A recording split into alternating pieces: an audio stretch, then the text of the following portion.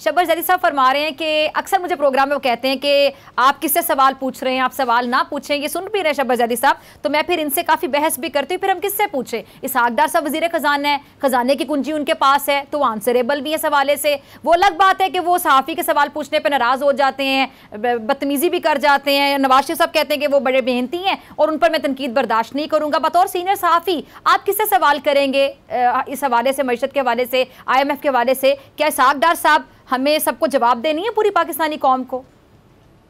वो फिलहाल जवाब दें पार्लियामेंट को, और जब वो बाकायदा प्रेस कॉन्फ्रेंस करें तो फिर वो आपके सवालों को जवाब देगी, है उनकी जिम्मेदारी। अब चलते फिरते सड़कों पे, गलियों में, सीढ़ियों पे तो सवालों का जवाब अगर देना शुरू कर दिया या सवालों का जवाब देना शुरू कर दिया तो एक नई जर्नलिज्म इंट्रोड्यूस हो रही है, हम इसको देख रहे हैं। शब्बर ज़ैदी साहब जो बात करते हैं वो बड़ी क्लियर है, और वो कहते हैं कि अगर आप टैक्सेशन नहीं करेंगे, मुल्क के अंदर टैक्स का निज़ाम को बेहतर नहीं करेंगे और टैक्स नेटवर्क को बढ़ाएंगे नहीं, बात नहीं चलेगी।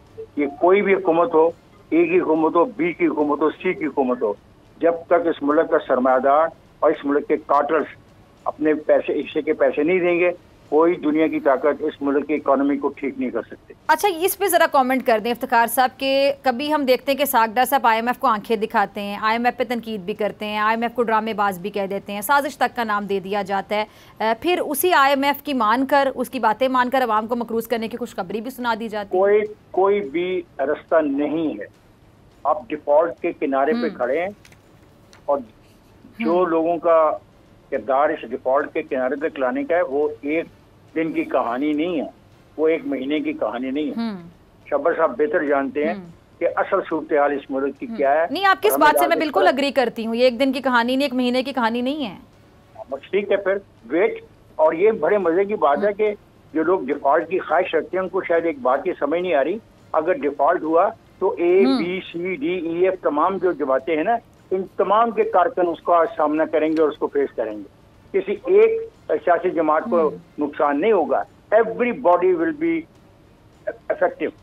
इफेक्ट होगी कि जब हम बात करते हैं कि अपने खराजात कम किए जाएं, अवाम को बड़ी कुर्बानी देनी पड़ेगी, तो फिर अवाम जो है, आम अल्फाज में अवाम जो हैं उनको इकोनॉमी के टर्म्स का नहीं पता, उनको ये भी नहीं पता कि GDP किसको कहते हैं, तो वो बेचारे तो इसी तरह की बातें करते हुए दिखाई दे कि कुर्बानी का बकरा हम ही बनेंगे, सियासतदान कुर्बानी दे दें। जिस तरह काबीना का साइज़ बड़ा होता है उस पर तनकीद करते हैं, सियासी तजियाकार भी तनकीद करते हैं, अवाम भी घर बैठ के तनकीद कर रही होती है, कौन सी गाड़ियाँ इनके पास हैं या मरात हैं उनको कम कर दिया जाए, तो इससे कितना फ़र्क पड़ेगा अगर ये कुर्बानी वहाँ से देनी शुरू करें पार्लियामेंट से? साहब आपके पास बैठे हैं, इनकी फिंगर टिप्स पे है। ये जो आपका सवाल है ये आप इनसे कर लें और ये बता देंगे कितने अरब रुपए का फर्क पड़ता है। जो वो बात कह रहे हैं हम वो बात समझना चाह ही नहीं रहे। असल में जो वो इकोनॉमी जिसको हमने कभी भी इसमें लेके नहीं आए कि वो काउंट फॉर हो, उसको हम शामिल करें और वो पैसे अपने हिस्से का अदा करें। असल में इस सारे मसले का हल वहाँ पे है और उस पर कोई बात करने को तैयार नहीं है। ये 1999 में भी एक कोशिश की गई और वो नाकाम हो गई। दुकानदारों ने दुकानें बंद की और कहा कि हम जा रहे हैं। कोई शख्स जो है वो अपना हिसाब नहीं देना चाहता। बाजारों के अंदर बोरियां भर के ट्रांजैक्शन होती है रुपयों की, बोरियां भर के ट्रांजैक्शन होती है रुपयों की। वो लाना ही नहीं चाहते किसी अपना कंट्रोल के अंदर इन चीजों को। तो ये आप जो ये बात कर रहे हैं ना कि जो कैबिनेट है इसमें इजाफे से कितने पैसे बच जाएंगे, शब्बर साहब आपको बता देंगे। आपका ख्याल है कि इसकी वजह से इकोनॉमी बेहतर हो जाएगी तो शब्बर साहब आपको उसको जवाब दे देंगे। मैं तो माहिर इक़्तिसादियात नहीं हूँ। इफ्तिखार से भी जो मसाके मईशत वाली बात अब हो रही है ये तो सियासी बयान नहीं है ना?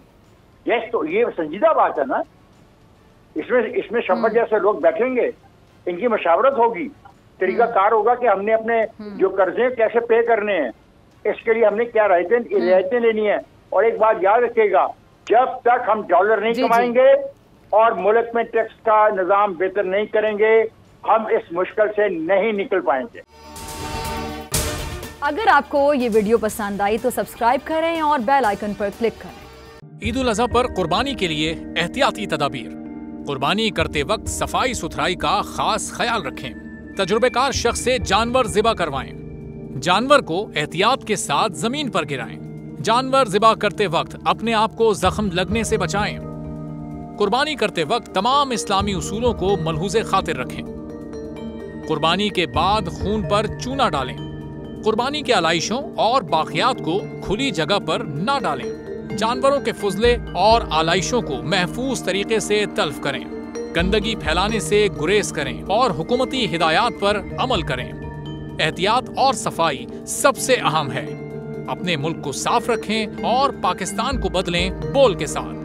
बोल की सफाई मुहिम का हिस्सा बनने के लिए अभी इस नंबर पर राब्ता करें 0337 0310 377 ताकि बोल आपकी शिकायत मुतल्लिका इदारों तक पहुंचा सके।